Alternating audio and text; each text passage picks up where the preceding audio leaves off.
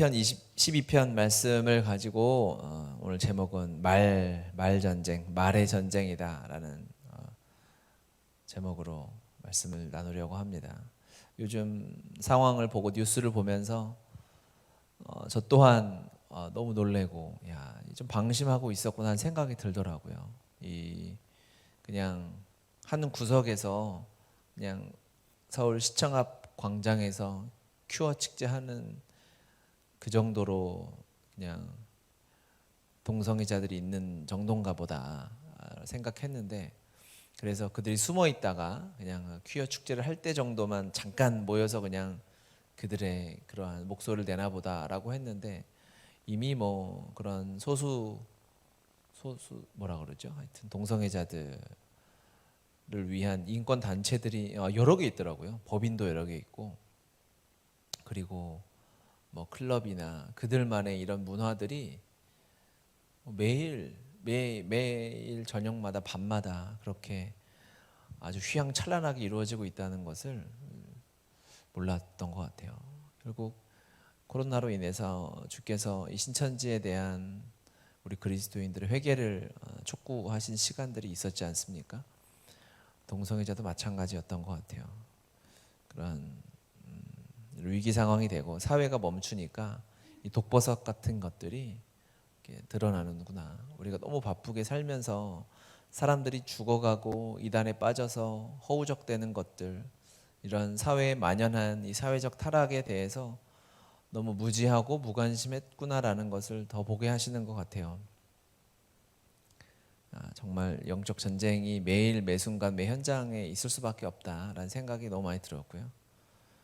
이 사태로 알게 된 것은 뭐 신천지가 전국에 수십만이 있다는 걸 우리가 알고 있었잖아요. 그런데 동성애자 그 클럽에 오려고 아무리 연휴라지만 전국에서 이렇게 모여들어서 뭐 그 며칠 동안 수천 명이 그 지역을 돌아다녔다는 그 사실이 다른 세상인 거죠. 뭐 새벽 1-2시, 2-3시, 3-4시가 지나도록 계속해서 뭐 그냥 그런 타락한 문화를 즐긴다고 하는 거죠. 기도해야겠습니다. 12편 1절에 보면 여호와여 도우소서. 하나님이 도우심을 구하는데 왜 구하냐면요, 경건한 자가 끊어지며 충실한 자들이 인생 중에 없어진다라고 이렇게 표현하고 있는, 다윗이 표현하고 있는데, 제가 세번역으로 읽어드리면요, 주님 도와주십시오. 신실한 사람도 끊어지고 진실한 사람도 사람 사는 세상에서 사라지고 있습니다.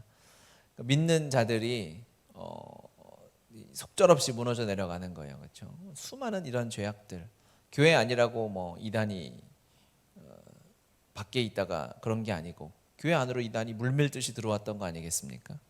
또 동성애자들도 마찬가지. 이 동성애의 죄도 교회 안으로 이 만몬의 죄, 권력을 탐하는 정욕들이 교회 안에 물밀듯이 들어오는 거죠. 수많은 죄 중에서 다윗이 이러한 믿음이 있는 신실한 자들이 무너지는 그 이유를 다윗이 12편에서는 뭐라고 말하고 있냐면,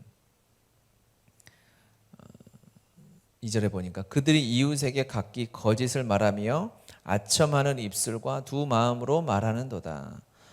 믿는 자들이 왜 무너지고 있는가? 수많은 이유가 있겠지만 사단이 모든 방법을 동원해서 우리를 공격하지만, 다윗이 여기서 깨달은 것은 뭐냐면 거짓말, 아첨하는 입술, 두 마음이라고 이야기합니다.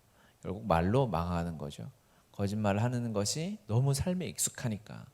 이것을 우리가 죄라는 건 알지만 심각한 사회적 타락이라고 생각은 안 하잖아요. 너무 만연해 있으니까. 대한민국은 사기꾼이 제일 많은 나라라고, 인구 대비 사기 범죄율이 제일 높은 나라라고 하잖아요. 사기꾼이 너무 많죠. 뭐 어제 뉴스 보니까 보이스피싱 그 조직에 변호사까지 가담해가지고 변호사가 잡혔더라고요. 그래서 왜 그랬냐 그랬더니 급전이 필요해서 단기 뭐 아르바이트를 구했는데 그게 그 조직이어서 뭐 그 수금책 이런 걸, 특히 요즘에 뭐 이제 국가재난지원금 때문에 전 국민에게 돈이 가니까 그 틈새를 노려가지고 또 보이스피싱 범죄가 굉장히 성행한다고 하는데, 이상한 문제를 받으면 여러분 클릭하지 마시고 궁금하면 저한테 그냥 다 송금을 일단 해놓으세요. 남들한테 사지 말고. 그러면 제가 나중에 다 알아서 이렇게 할 텐데. 변호사 같은 사람들마저도 사기 범죄에 가담해서 이제 타락하는 거죠. 이 거짓말, 아첨하는 입술, 이 두 마음이라고 이렇게 하나로 표현하고 있거든요. 이 두 거짓말하는 이 두 마음을 가진 것은 뭐와 같냐면 그 영혼의 담배와 같다, 이런 생각을 저는 하거든요. 담배를 피우셨던 분이 지금 뭐 화면 중에 몇몇 계시겠지만, 담배를 피면 다 알잖아요. 이미 교육이 다 돼 있으니까 담배를 피는 것이 내 몸에 안 좋고, 특히 폐에 안 좋고, 폐는 산소를 공급하고 거르는 공기청정기 같은 곳 아닙니까? 그런데 이 담배가 내 폐를 상하게 해서 내 몸이 하루하루 수명이 줄어들고 있구나라는 것을 모르는 사람은 없을 거예요, 이 시대에. 그렇죠? 그런데도 불구하고 그것이 주는 그 쾌감, 뇌에서 요구하는 거죠. 그런 니코틴을 요구하는 그 쾌락에 맡겨서 그것이 나쁜 것인 줄, 내 몸에 해가 되는 것인 줄 모르지 않지만 그것에 허용할 수밖에 없는, 온 몸이 썩어가는 일이지만 그 단지 그 짧은 기쁨, 그것을 그 중독에 빠져들어서 온 몸을 상하게 하는 것이죠. 거짓말도 사실 쾌감이 있습니다. 한 사람을 속이면 내가 원하는 대로 되는 거거든요. 누구를 속이고 누구에게 거짓말을 한다는 것은 철저하게 그 이면에는 내 욕심, 내 욕구, 내가 원하는 대로의 성취가 담겨져 있어요. 거짓말은 그래서 하는 거거든요. 그래서 배우게 되는 거거든요. 두 마음이 사실은 같은 마음이죠. 거짓말하는 사람의 마음에는 주님을 믿던 믿지 않던 반드시 양심이 소리치게 되어져 있어요. 그래서 사기꾼들은 그것을 이제 쉽게 합리화하는 거, 죄인들의 특징인 거죠. 그래서 두 마음을 품은 사람, 거짓말하는 사람의 마음은 괴롭습니다. 여러분, 우리가 거짓말하면 내 영혼이 죽어가는 거예요. 그 순간은 내가 모면하는 것일 수 있지만, 담배 폈을 때 내 속 안이 다 썩어가서 온몸에 암이 퍼지는 것처럼 거짓말하는 사람의 온 영혼은 아파하고 시름시름 앓고 있습니다. 그래서 거짓말은 철저하게 우리가 하나님의 마음으로 대해야 돼요. 거짓말 그 자체가 얼마나 악한 것인지. 근데 거짓말이 잘 고쳐지지 않죠. 말을 노력으로 고칠 수는 없어요.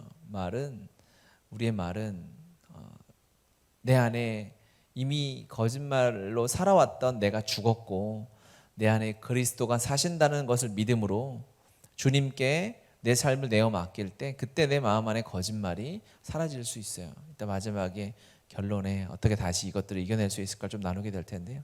4절에 보면 그들이 말하기를 우리의 혀가 이기리라, 우리의 입술은 우리 것이니 우리를 주관할 자가 누구리요. 그러니까 이 망하는 자들이 뭐라 하냐면, 내 혀로 내가 말하는데 네가 무슨 말이냐, 네가 무슨 상관이냐, 이런 식으로 말을 해대는 거죠. 계속 합리화하는 거죠. 거짓말하는 것에 대해서 합리화하고, 내가 아무 말이나 내 뜻대로 말하는데 뭐 당신이 무슨 상관입니까, 이런 식으로 얘기하는 거예요. 사춘기 청소년들 같은 거죠. 하고 싶은 말 막 해대고. 그렇죠. 사춘기 청소년들 때 배우는 게 뭐죠? 주로 욕을 많이 배우게 되고 욕을 많이 하게 되죠.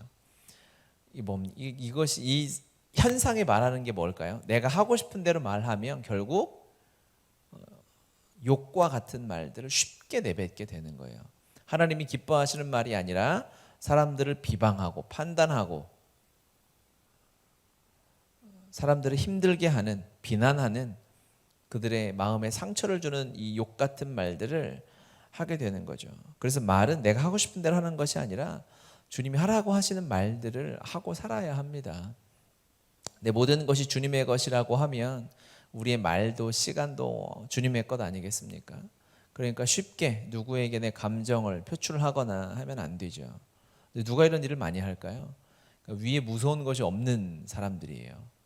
그러니까 중이 같은 아이들이죠. 무서울 게 없잖아요, 전 세계에. 그러니까 사춘기 아이들이 막 말을 하는 것이고, 또 좀 가진 자들이죠. 권위를 가진 자들. 회사에서 이제 어느 정도 위치에 있을 때 자기 밑에 한두 명, 위치까지는 아니더라도 자기 밑에 누군가만 있으면 쉽게 말을 막 합니다.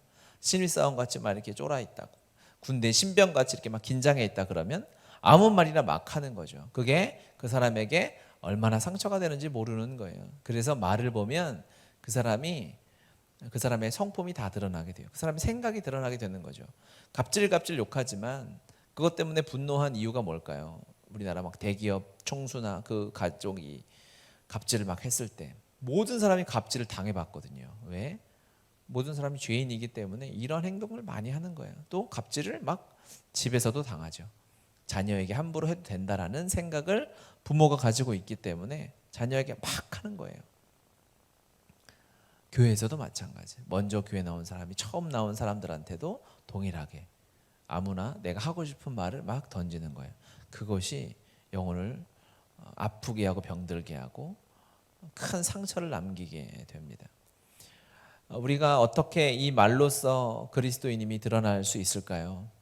말은 우리의 생각이고 우리 영혼의 얼굴과 같은 것인데 주님의 말씀 대조적으로 이런 악한 자들, 거짓말하는 자들, 두 마음을 가지고 이야기하고 살아가는 자들과 대조적으로 나오는 말씀이 이제 6절에 보면 여호와의 말씀은 순결함이요 흙 도가니에 7번 단련한 은 같도다 이렇게 말씀합니다. 여호와의 말씀은 순결합니다. 그렇죠? 순결하다는 것은 꾸밀 필요가 없어요. 순결한 것은 그 자체가 가장 아름다운 거예요. 다이아몬드는 순수한 보석이잖아요. 그거를 꾸밀 필요가 없어요. 그 자체로 가장 아름다워요. 그렇죠? 금도 순도가 높으면 높을수록 아름답죠. 모든 것은 그렇습니다. 하나님의 말씀은 꾸밀 이유가 없어요. 사실은 하나님의 말씀을 가장 우리가 은혜를 많이 받을 수 있는 것은 어떤 유명한 신학 박사나 교수나 목사님이나 선교사님의 설교가 아니라 이 말씀을 그대로 받아들이는 것입니다. 성령의 비추심에 의해서 말씀을 그냥 쭉 내가 받아들이는 거죠. 내 마음 안에 그대로 흡수하는 거예요. 가장 좋은 방법은 뭐다? 뭘까요? 암송하는 거죠. 암송하는 거. 암송하는 것이 이 순결한 하나님의 말씀을 내 것으로 삼는데 가장 좋은 것입니다. 아침마다 우리 은미자매님이 암송 구절 올려주고 있는데 오늘은 야고보서 이제 5장 12절이 올라오겠죠. 이제 6월 정도 되면 우리가 야고보서 암송 대회를 한번 하겠죠. 야고보서 5장까지 있으니까. 그래서 분발하셔야 되고 저도 분발을 해야 됩니다. 말씀은 순결해요. 그 자체로 너무 아름답습니다. 우리가 그것을 무시하기 때문에 그 진가를 모르기 때문에 그래요. 좀 어리석은 사람들이 그 진가를 모르죠. 비싼 다이아를 아이들은 모릅니다. 그게 좋은지 몰라요. 그냥 다이아몬드 반지 하나랑 몇 캐럿 되는 다이아몬드 반지 하나랑 마이쮸 하나랑 놓고 뭘 할래? 그러면 아이들은 다 마이쮸를 택하겠죠. 모르기 때문에 그래요. 하나님의 말씀이 얼마나 순결하고 아름답고 귀한지 우리가 모르면 다른 것을 택하는 거예요. 매일 말씀과 기도로 살아가는, 암송으로 살아가는 여러분이 가장 복된 줄 믿습니다. 또 하나님의 말씀은 어떠냐면 흙 도가니에 7번 단련한 은 같도다 라고 이야기합니다. 이 말씀은 어떤 비유일까? 각자 여러 묵상을 할 수 있겠지만 제게 주신 깨달음은 7번이라는 것은 완전하다는 거 아니겠습니까? 완전히 단련된 은 같다라고 표현하고 있어요. 그러니까 흙도가니에 7번 단련했다는 것은 들어갔다 나왔다 데워졌다 식어졌다 이것이 계속 반복된 거잖아요. 하나님의 말씀이 그냥 하나님이 완전하시니까 그냥 선포된 것이 아니라 하나님의 그 마음 안에서 수없이 단련되고 연단되고 하나님 영원하신 분이니까 영원의 이 정제를 거쳐서 선포되는 것이기 때문에 실수가 없고 빈틈이 없구나. 우리가 말로 실수할 때 언젠가요? 말로 실수할 때는 그냥 말을 내뱉을 때예요. 그렇죠? 하지만 이 말을 했을 때 어떠한 결과가 올 것인가를 우리가 생각해보고 돌이키고 묵상해보고 다시 한번 되뇌어서 그 사람에게 말을 하면 상처 주는 일이 별로 없죠. 말이라는 것이 내 안에서 말은 생각의 표현이잖아요. 그러니까 생각하지 않고 말하는 거는 없어요. 내가 아무 생각 없이 이야기했네라는 것은 사실 더 상처죠. 그 생각이 그 사람의 저변에 막 깔려 있는 거니까. 말은 즉 우리의 생각과 말은 하나로 붙어 있는 거죠.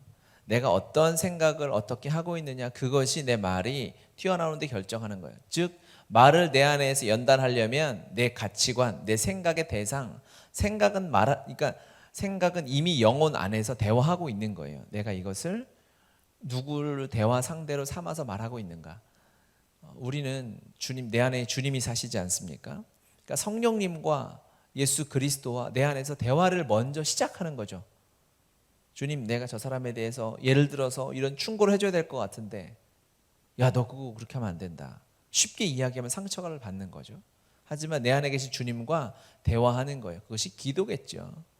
생각의 기도. 주님과 대화. 주님, 저 영혼이 저렇게 안타까운데 저걸 어떻게 지혜롭게 이야기할 수 있을까요?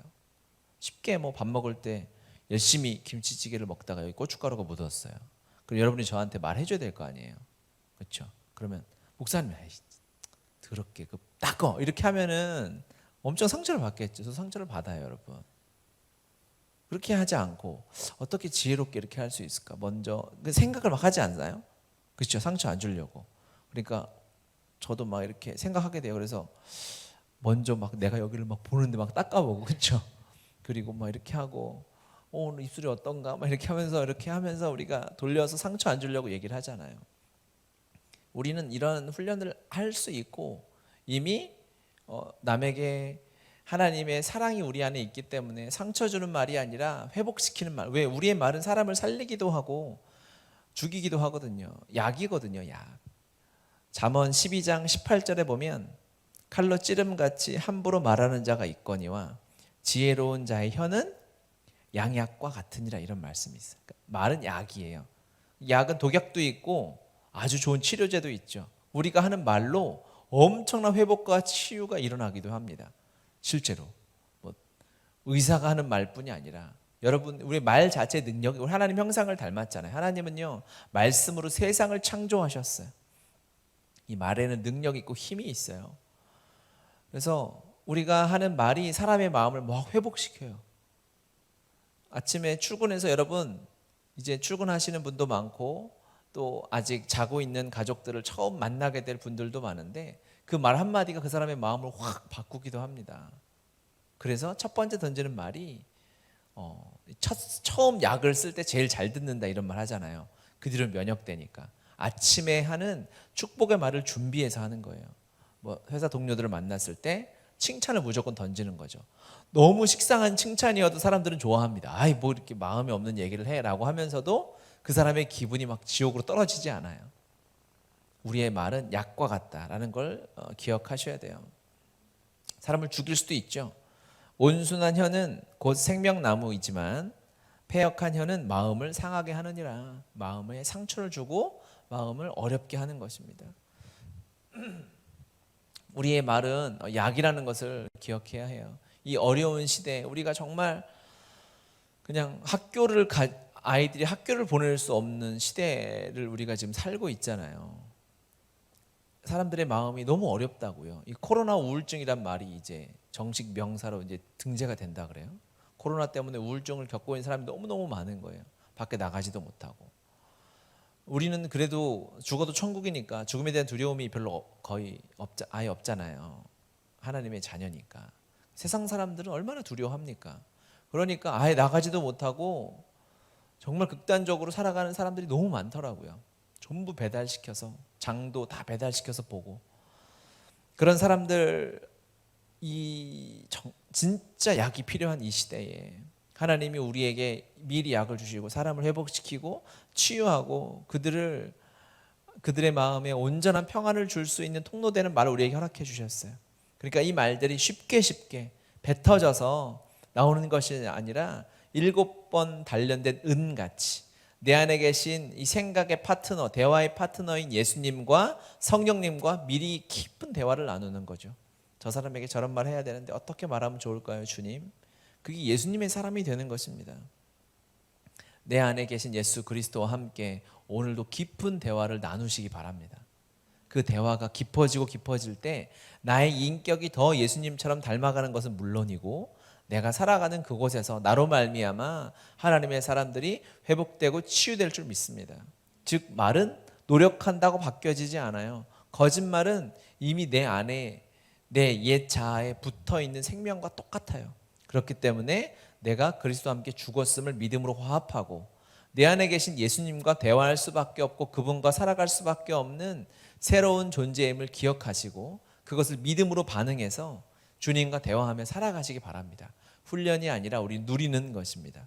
노력하고 애쓰는 것이 아니라 하나님이 이미 성취해 놓으신 것들을 마음껏 누리면서 살아가는 거예요. 오늘은 다 의사가 되시고 약사가 되시기 바라요.